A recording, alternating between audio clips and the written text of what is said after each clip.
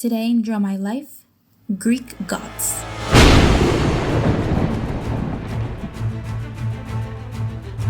Once upon a time, thousands of years ago, chaos occupied all the universe. It was an immense dark mass. From this void came Gaia, the earth, Tartarus, the underworld, and Eros, love. Later, chaos gave birth to Erebus, the darkness, and to Nyx, the night. Gaia, Mother Earth, was the most ancient goddess. From her, Uranus, the sky, was born, and together they created the 12 titans: Oceanus, Coeus, Crius, Hyperion, Iapetus, Theia, Rhea, Themis, Mnemosyne, Phoebe, Tethys, and Cronus, and the 3 Cyclops and the 3 Hecatoncheires. Uranus was ashamed of his last children because of their appearance, and so he hid them in the depths of his wife, Earth. Gaia, disgusted from this situation, planned revenge against Uranus along with her son Cronus, the youngest and most twisted of the Titans. The mother gave Cronus a steel sickle. When night fell and Uranus was sleeping, he cut off his testicles and threw them into the ocean. It's said that from the foam they generated when they fell into the water, Aphrodite emerged, the most beautiful goddess, the goddess of love. Aphrodite is the main character in many mythological tales. She was married to Hephaestus, god of fire, but she never wanted him. Thus, she maintained affairs with other gods. Her most passionate love story was that with Ares, god of war. However, Hephaestus discovered her infidelity and hatched a trap to ridicule the lovers. Aphrodite is mother of many famous gods and mortals, like Aeneas, hero of the Trojan War. Let's go back to Cronus. The Titan became the supreme authority of the gods, along with his sister and wife, Rhea. He entrusted Oceanus and Tethys to rule the seas, and Hyperion and Phoebe to rule the sun and the stars. He locked up his father and his brothers, the Cyclops and the Hecatoncheires, in Tartarus, in the center of the earth. Uranus predicted that Cronus would be dethroned and punished. After receiving this omen and to prevent his descendants from overthrowing him, every time Rhea gave birth to a son, he devoured it. Without mercy, he ate Hestia, Demeter, Hera, Hades, and Poseidon. Distraught, Rhea didn't want to lose any more children, so when she was about to give birth to her last son, Zeus, she hid him, and instead gave Cronus a stone wrapped in sheets. Cronus swallowed it. Rhea took the baby to Crete and hid him on Mount Ida. There, he was raised by nymphs and fed nectar and ragweed by the goat Amalthea. From the horn of the goat comes the symbol of the cornucopia.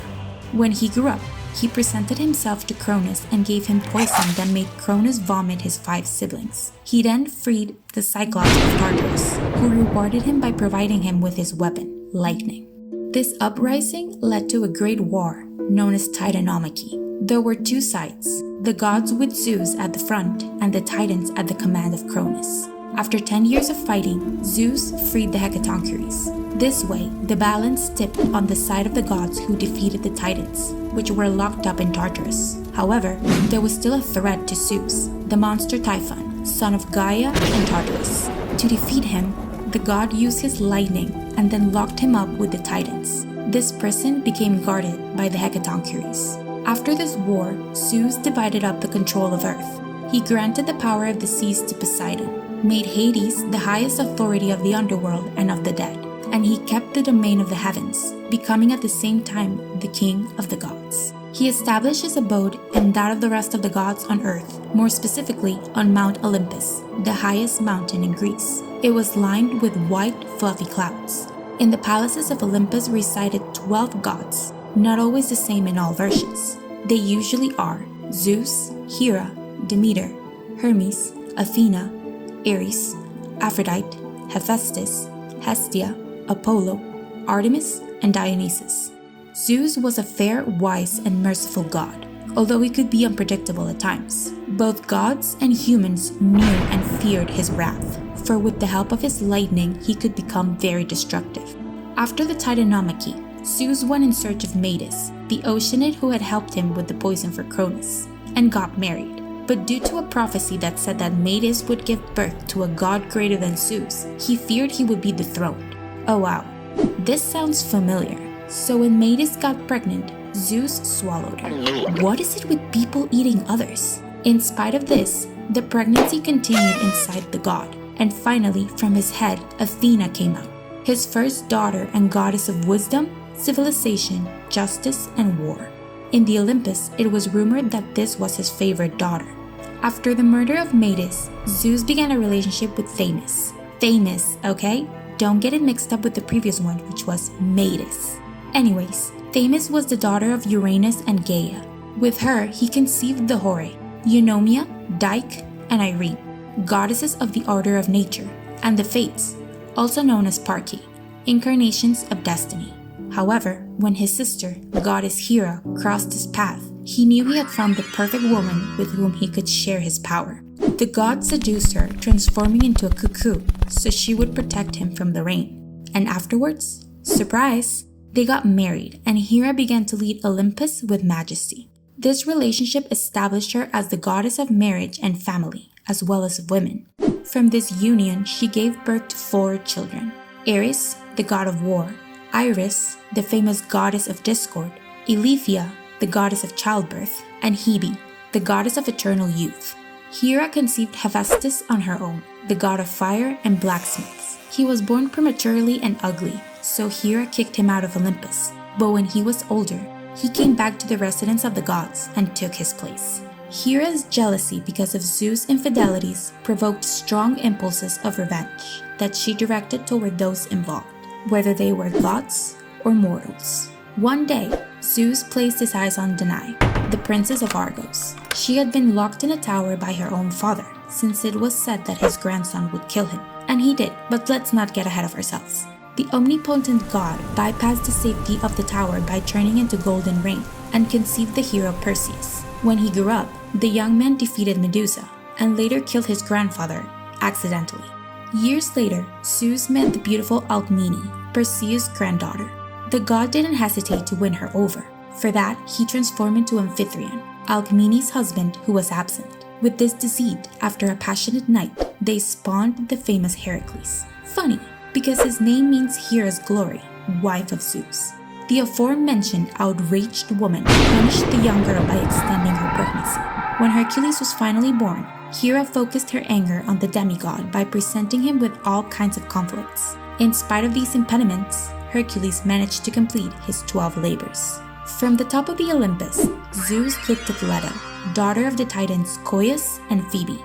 After the conquest, Hera prepared her revenge. She prevented gods and diverse mythological creatures from offering Leto a place to give birth to the children she had conceived with Zeus. She prohibited her daughter, Eileithyia, from helping with the birth.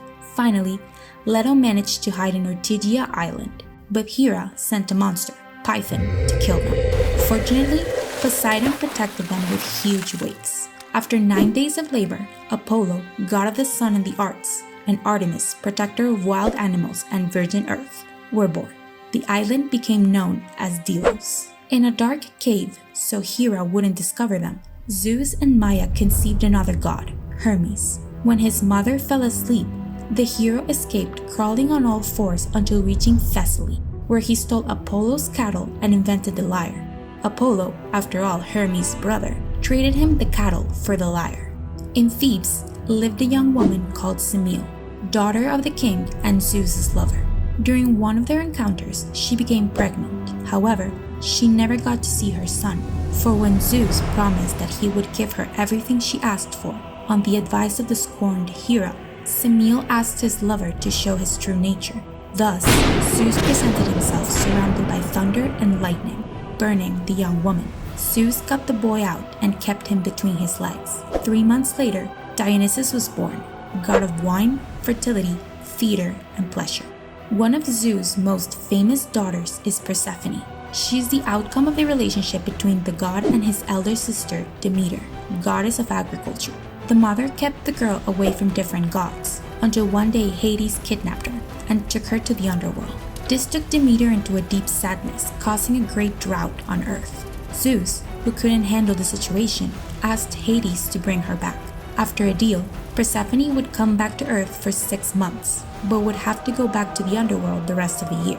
When mother and daughter were reunited, the Earth bloomed, giving rise to spring and summer.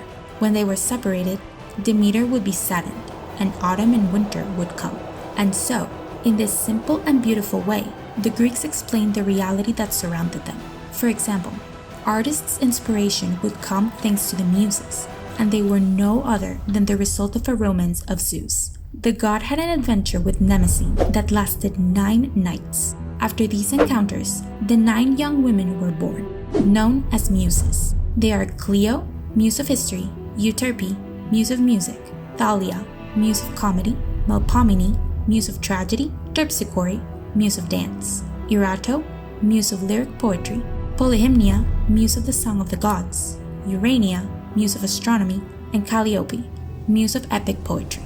As you can see, Zeus is not a good example to follow.